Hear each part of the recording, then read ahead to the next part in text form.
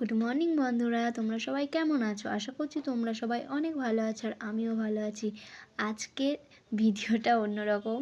এই দেখো দাদু এখানে আমাদের ঘরের পেছনে একটা মানে আছে, চৌকো মতন আছে, সেটা ছিল। আর জল কমে গেছিলো, আর দাদু এই দেখো বালতি নিয়ে জলগুলো তুলে এখন মাছ ধরবে, সেটা দেখাচ্ছি তোমাদেরকে। চলো, আজ ঘুম ঘুম থেকে উঠে আমি দেখি না দাদু বালতি নিয়ে এসে ওরকম করছে, আমি তাই ভাবলাম একটু ভিডিও করে নিই, দেখি কি মাছ পড়েছে। এই দেখো কি মাছ, পুঁটি মাছ, খলসে মাছ, এইসব মাছ ছিল এই চৌকোতে।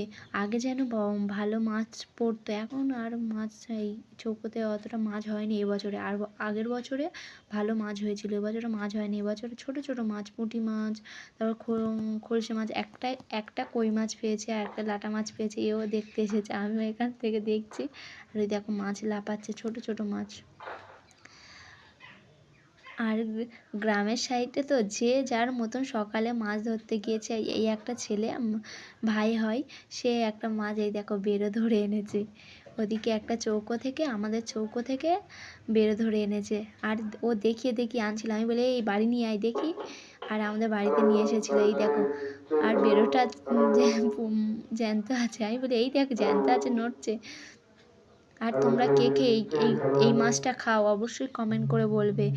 ওর বাবা এসেছে, ও সেই জন্য বেড়ে ধরতে গিয়েছিল ওর বাবা খাওয়ার জন্য, বাবা খাবে বলে। আমি তো খাই না এই মাছটা। আর এখানে আমি সবজি কাটছিলাম। ভিডিওটা কেমন লাগলো অবশ্যই কমেন্ট করবে।